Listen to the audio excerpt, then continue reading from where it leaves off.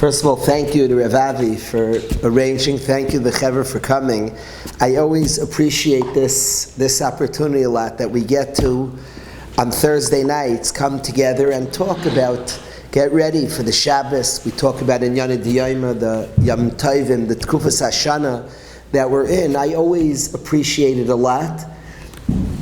And I just feel that I could sit down on Thursday night with a group of friends and we could learn the Parsha, we can connect to the Tkufas Hashana. It's very refreshing.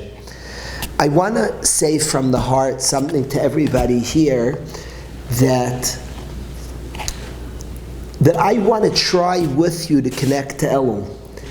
I don't want to pretend. I was asked it worked out, a beautiful group that I was speaking to last night, and they asked me to speak Elul.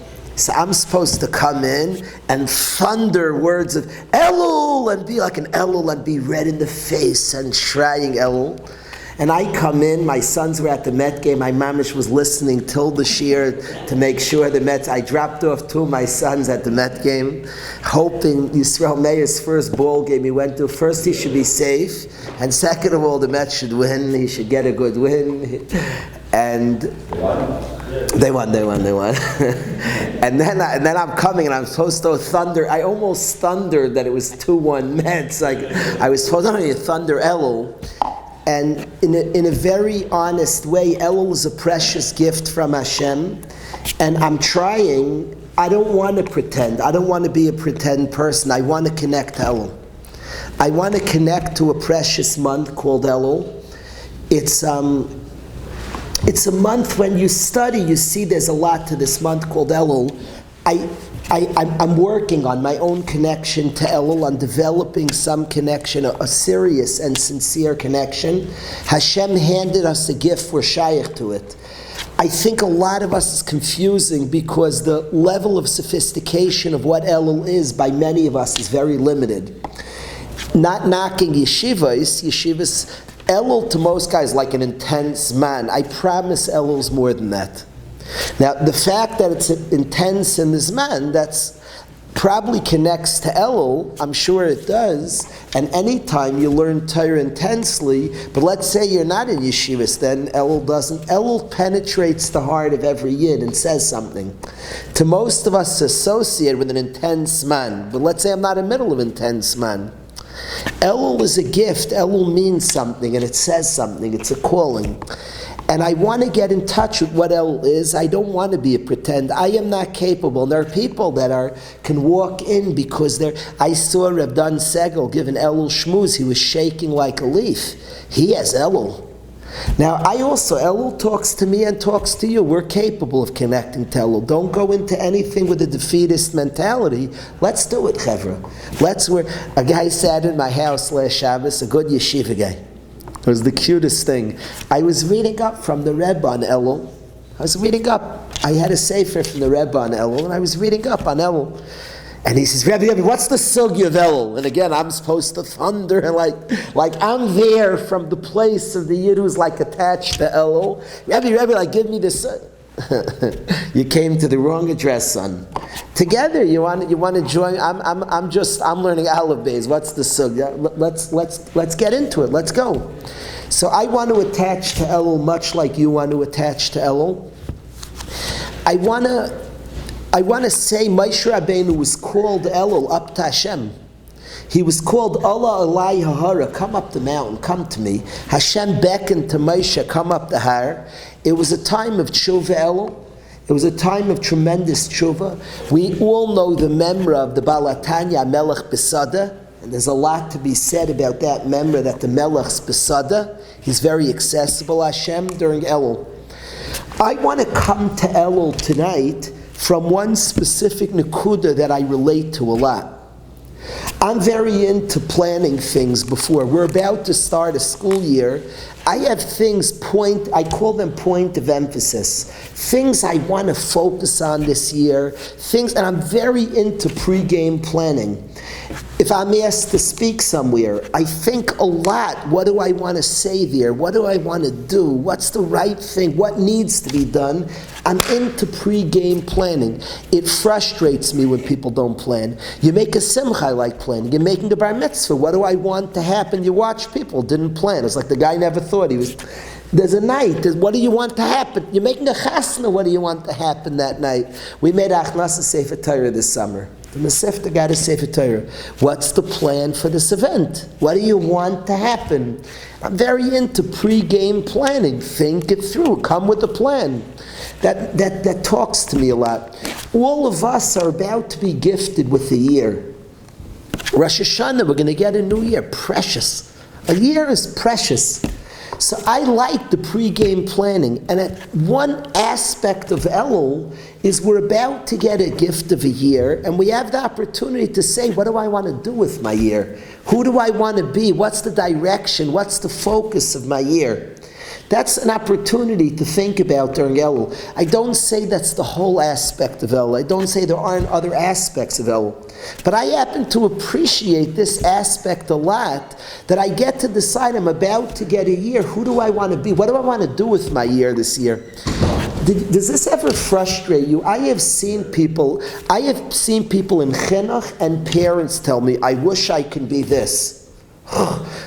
So why aren't you that? Oh, I wish I'd spend more time. So why don't you spend more time with your kids? Oh, yeah, I would. So many people wishing what they should do and could do. Why don't they? Now, I admit, it's very hard to change mid-season. I know with the yeshiva that in the middle of the year, I can't make the changes that I can make off-season. Because things are just running. Things to be so busy, it's hard to make changes. The off-season, things are quieter and calmer that allow you to change. In some ways, to make Elul, now we have to make it this. See, it's a little tricky. In a yeshiva, the off-season, there's some quiet, and you have the opportunity to make the change and to direct what you want to do. Reb David, in our lives, our jobs like Elul, none of us can call into our boss and say, it's Elul, I can't come in today.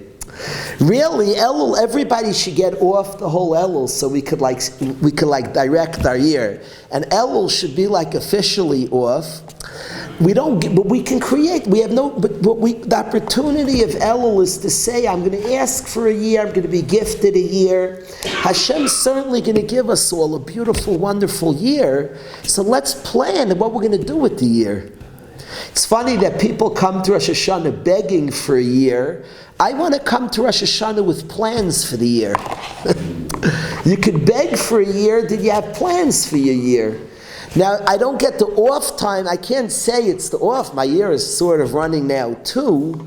But I'm going to utilize an Elul to say that the year I'm asking for, the year that's upon us, what do I want it to look like? What do I want it to be?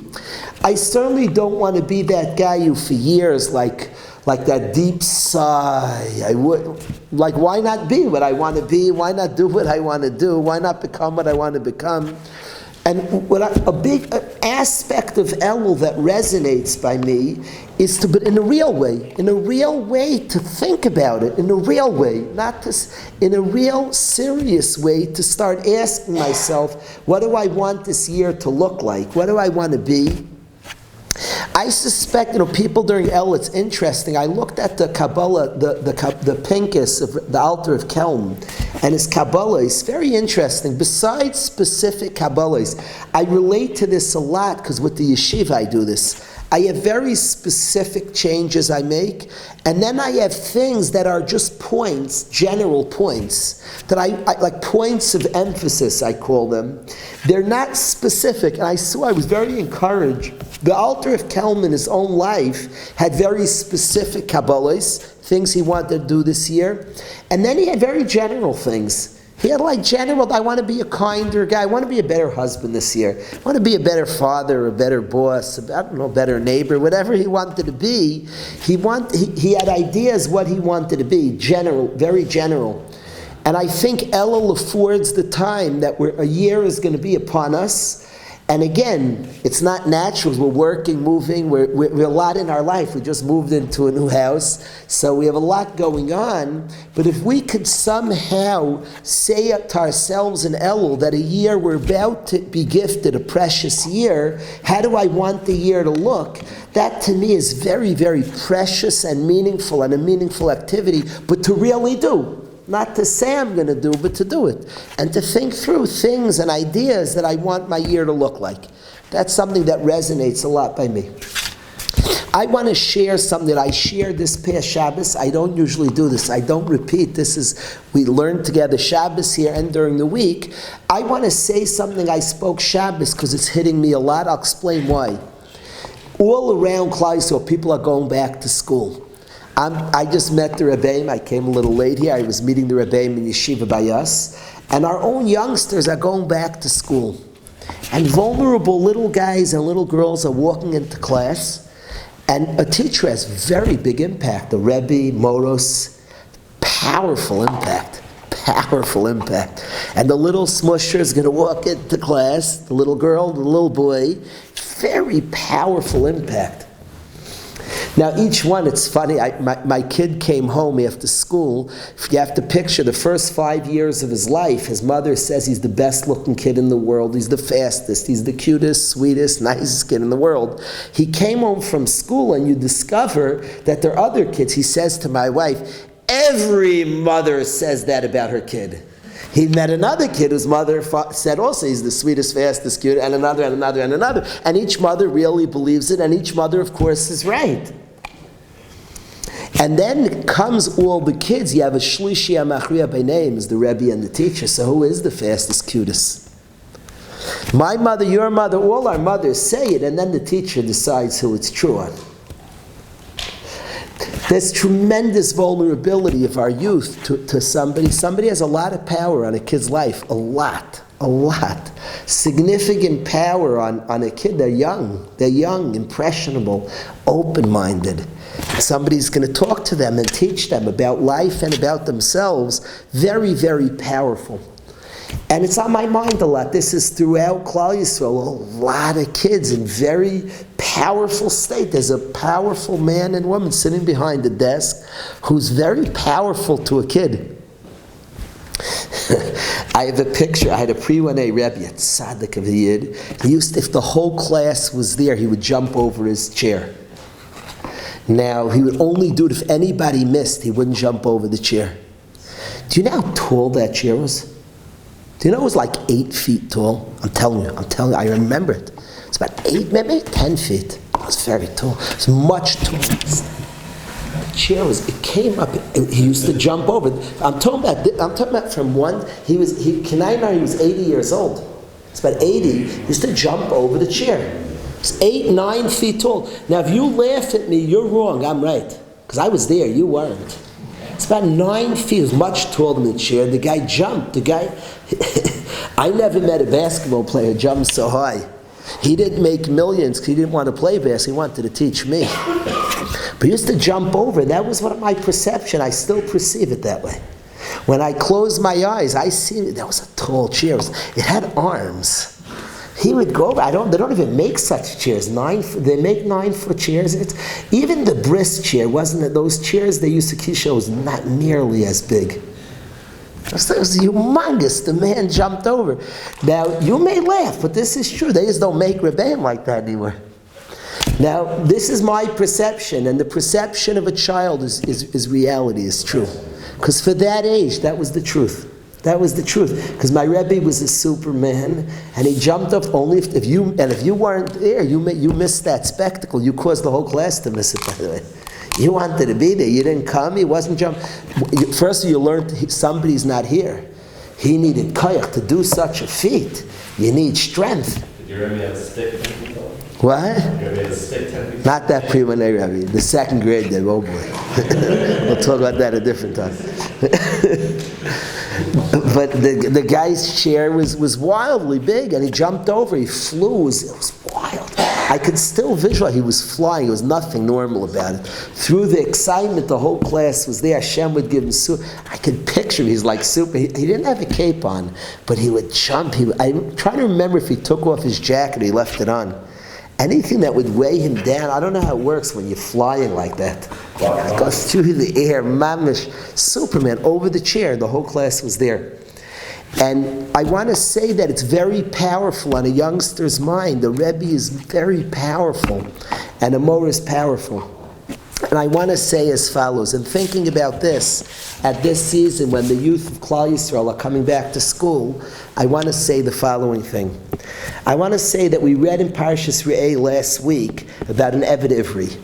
And we have a mitzvah d'oraisa, ki toiv lo imach. It should be good for him with you. There's a mitzvah d'oraisa. If you have good wine, your Eved gets good wine. If you have a good mattress, your Eved gets a good mattress. If you have a good pillow, he gets good pillow. Ki toiv lo imach. It's good for him with you. Says the Gemara Kedushin Daf Chaf. Imcha b'machal, imcha b'mishter. You have good bread, you have quality food, you eat a steak, he eats a steak. You have a good burger with onions, he gets a burger with onions. You have yayin yashan, he gets it. Ki toiv lo imach. Whatever you have, your Eved gets. Says the Gemara, Mikan, from here, kol ha'koyne Eved ki koyne adon latzma. If you buy an Eved, you got an adon. Frek Taisis adon, he's not an adon.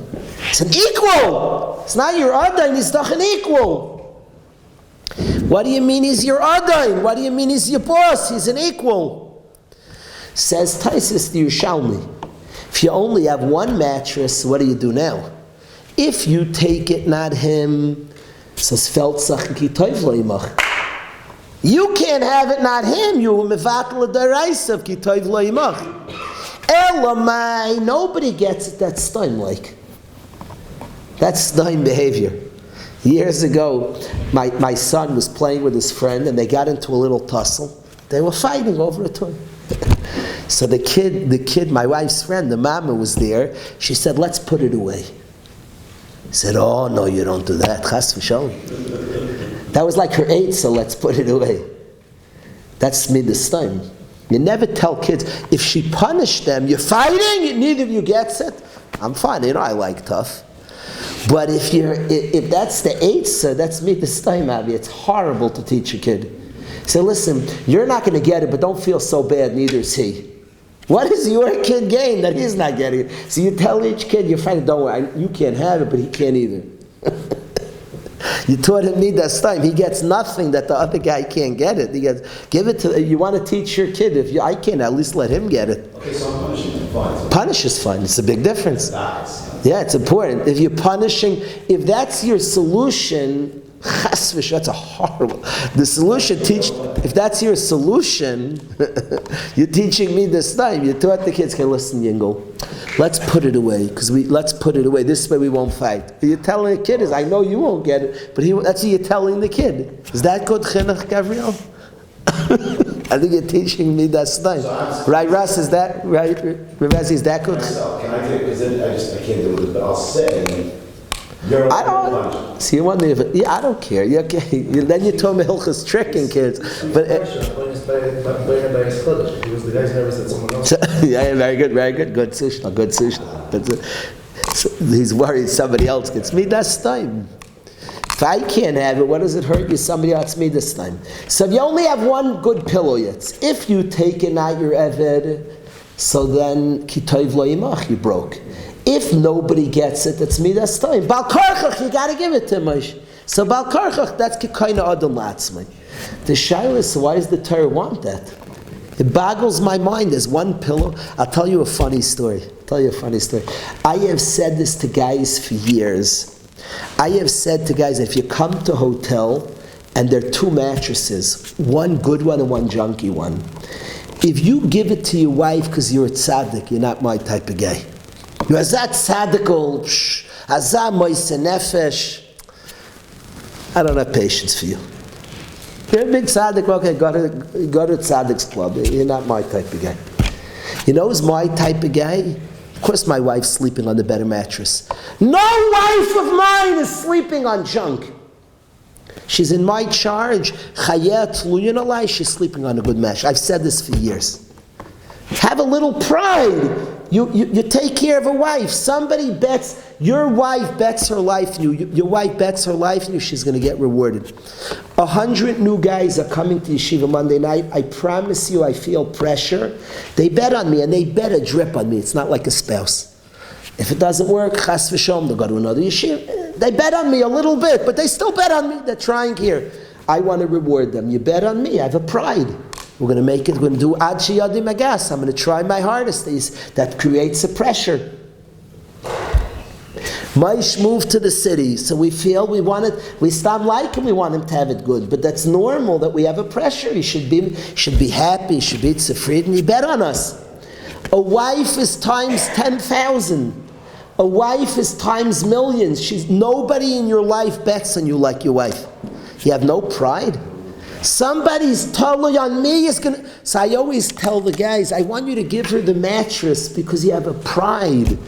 Now, they used to call it chivalry. It's like, what happened to like a basic pride? Somebody bet on you, they're going to, no wife, you think like this. Yes, of course. That's what I want for the guy. It's funny, I've said this for years, and I never went to a hotel. Rabbi Kiva said, Kol yom yisi mitzvah, masa yad bali yad. I never went, I always waited for the hotel. They always have all the same mattresses. So Kalish, like, you're silly, you're stupid mashal. Did anybody here ever go to a hotel, a good one, a bad? So you talk, and it's the funniest things. We got to Fort Log during COVID. Could ask my wife. It never happened. We walk into the room by Fort Log in COVID, and there's a gorgeous mattress and a piece of garbage. It was like, it made the dorms look like therapeutic, like a therapeutic mattress, whatever you call it. There was mamish like garnished, and I was like dancing. So my whole life, I used to see star. At Fort Log, some guy at some rundown place in Pennsylvania. There was a beautiful match at Junkie. If you ever want to go on vacation with Mishpacha, I advise it. There was a fancy and a junkie one right there. I never saw that before. So my mashal like finally happened. Bag of shoes. Isn't that funny? It's finally it happened. Lemaisa, the Adain gives the Eved a good mattress. And if he only has one, the Eved has it, and the Torah wants him to give it to the Eved. And the reason is, Ki Tov Lo Yimach, he's in your charge. He's in your charge. And I want to say to every guy here is that we have people whose lives are dependent on us. Stand up and take achrayus. You have a wife, she's in your charge. You have children.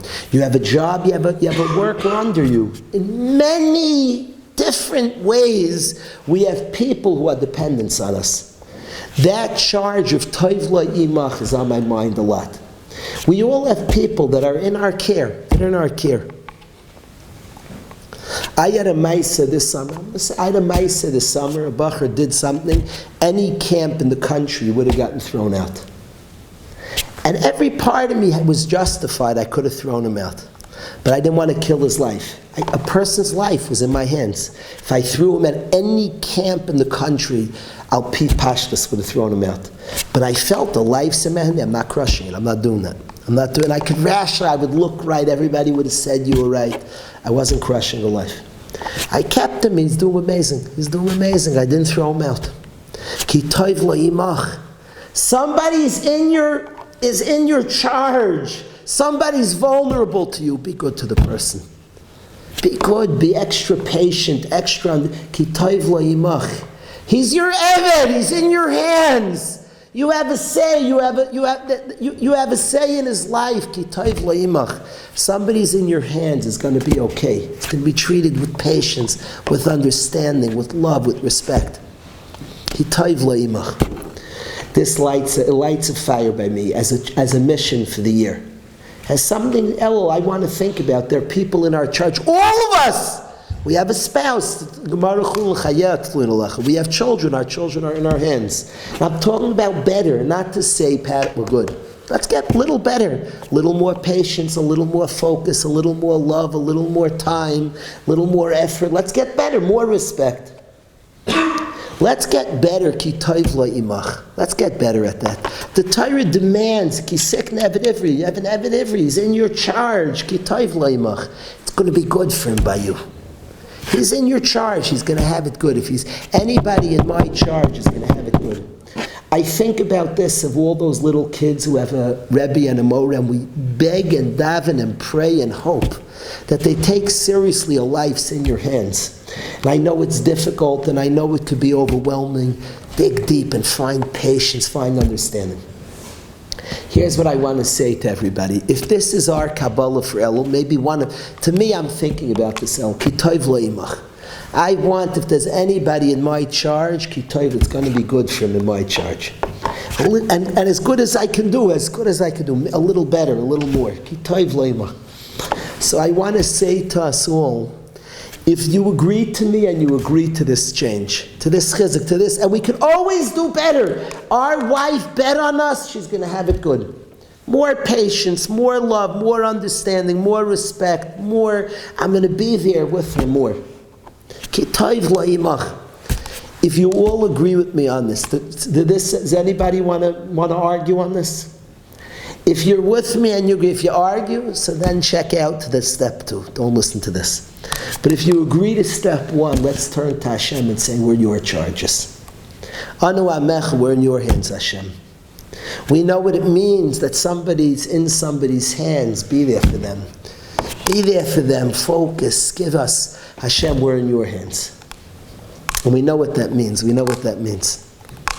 Kedalim v'rashim, dafak v'lasech, we all have to come. We're in your hands. We need you, Hashem. We're not coming with mice. And that's not what we're coming with. In our beg for a beautiful year, we're going to live our year understanding what it means that we have charges in our hand. And we're going to ask you for a precious year, how somebody treats somebody who's in their hands. Chayei and pluyim alecha. That's what I'm thinking this Elul. That's one point that I want to share, an Elul point. If we can make our years charged by ki toiv lo imach, if that could be a charge for our year, that anybody whose life is dependent on us in any which way, starting with a spouse, including our children, to a co-worker to somebody who's less in our business, who's less than us. We have all different people for different reasons that are in charge. If we're teaching, we have students that are in our hands. Ki toiv li, what's going to be good for you in my hands. And as much as I have a power, and as much as I have a say, and as much as you're vulnerable to me, ki toiv li imach. It's going to be good. I've said this, I can't find it for the life of me. I thought I saw it in Rabbi Yerucham. I can't find it, Gabriel. I looked and re-looked, but I'm so sure I saw it there. If it's my own word, I take the blame. It's not. But I saw that Eved Kanani, that we give a milah to an Eved Kanani. What do we make? We never do gear against anybody's will. And Yosef Atzadik, Chazal say, gave a milah to the whole Egypt. Why did he give a milah to Mitzrayim? And I saw that David Kanani and Yosef Atzadik were the same reason. They both were given a nation to be in charge. Yosef Atzadik, through a nevuah, learned that he's supposed to take care of Mitzrayim. If he cares for a people, it's going to be good for you for eternity. He gave a milah to the whole Mitzrayim. They're in his charge. They're in his charge. Mitzrayim, he was supposed to supply them. That was his nevuah, and he was chosen by Hashem. They're going to have it good in every which way. And Eved Kanani's in our charge. We're Megayrim. He's going to have it good. B'zeh u'b'ba. There's an attitude. It's a good attitude. It's a good attitude. My kid's going to be taken care of in any way I can. Ki toiv lo imach. It's going to be good. I watch Reb David with his daughter a lot. I'm very moved. Ki toiv lo imach. I'm moved. It's good for. She has a tata. She's in good hands. Ki toiv lo imach. Ki toiv lo imach.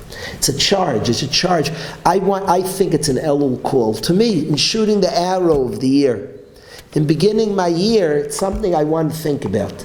That people in Akar of Kaidim, the closer to me is the more the responsibility. I want to be up for that. That's a type of guy you want. That's something to strive to be. To be that Adon that the Eved just is in good hands. Isn't that a cool guy? Isn't that a cool adain? I find him amazingly cool that if he has one pillow, his Eved get. I don't find him to be a loser. I find him to be the beautiful arrogance. No Eved of mine is sleeping on junk. He gives the Eved the only good pillow. The Eved sleeps as a. I don't think the Torah created a backwards world. I don't think you gain as much to Adon if you have the pillow. But Hashem makes Shamad Nevelt. If there's one pillow, who's the Eved, who's the Adon? You're the biggest Adon if your Eved gets the good pillow. Hashem didn't make him a Sugar Nevelt. If you're on a good pillow and he's on junk, what far an Adon are you? Look at you, your Eved's sleeping on junk. Your Eved's on good stuff, does haste an Adon. That's an Adon. That's the Adon I want to. Avad, if they're two, they both should be on good. But if there's only one, you're an embarrassing Adon if you're on a good pillow and your Eved's on junk. It's much less. I sleep. No, none of your business what I'm sleeping. No Eved of mine is going to be on junk. That's the kind of Adon Latzman. That's the kind of Adon is he gets the Eved. Yeah. Rav Ezi saying it's very chassidish. I like it. We want. Rav Ezi said kind of Adon Latzman is kind of what Adon means. Yeah. It's brilliant. Yeah. Well, Mechaven, I called his word brilliant. When somebody says like you call it brilliant. We say that. For years, I'm trying to get Rav Ezi Chassidish. You remember this epic Thursday night, Parshas Shoftim, Elul. Remember it happened. Rav Ezi said a Chassidish word. Let it be known, it's broadcast of Shlomo. The ganze Welt. Rav Ezi did this like put the camera on him, Pasha. The man just said a Chassidish word. I'm he's hiding under his.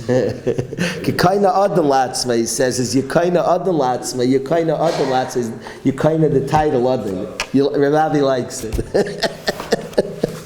Solid, rock solid. You like that, Gabriel? That insults you. He said, kind of Adon Latzma. You kind of what it means to be an Adon. Gorgeous chat. Poor guy, he came to a new community. Was saying that this is kind of Adon Latzma. Yeah. This idea, Rabbi Saif, ki toiv la'imach, anybody in our charge is going to have it good, is something to aspire to. Now, it's something to build ourselves to in an honest way. You have to take good care of yourself. I don't say that as a joke. How can you take good care of people? You have to take good care. I'm not saying that to be cute. You got to take good, to live to that commitment. I could say commitments to the year, and how are you going to do that? How could you say anybody in your charge is going to have it good? You have to take good care of yourself. I'm not joking.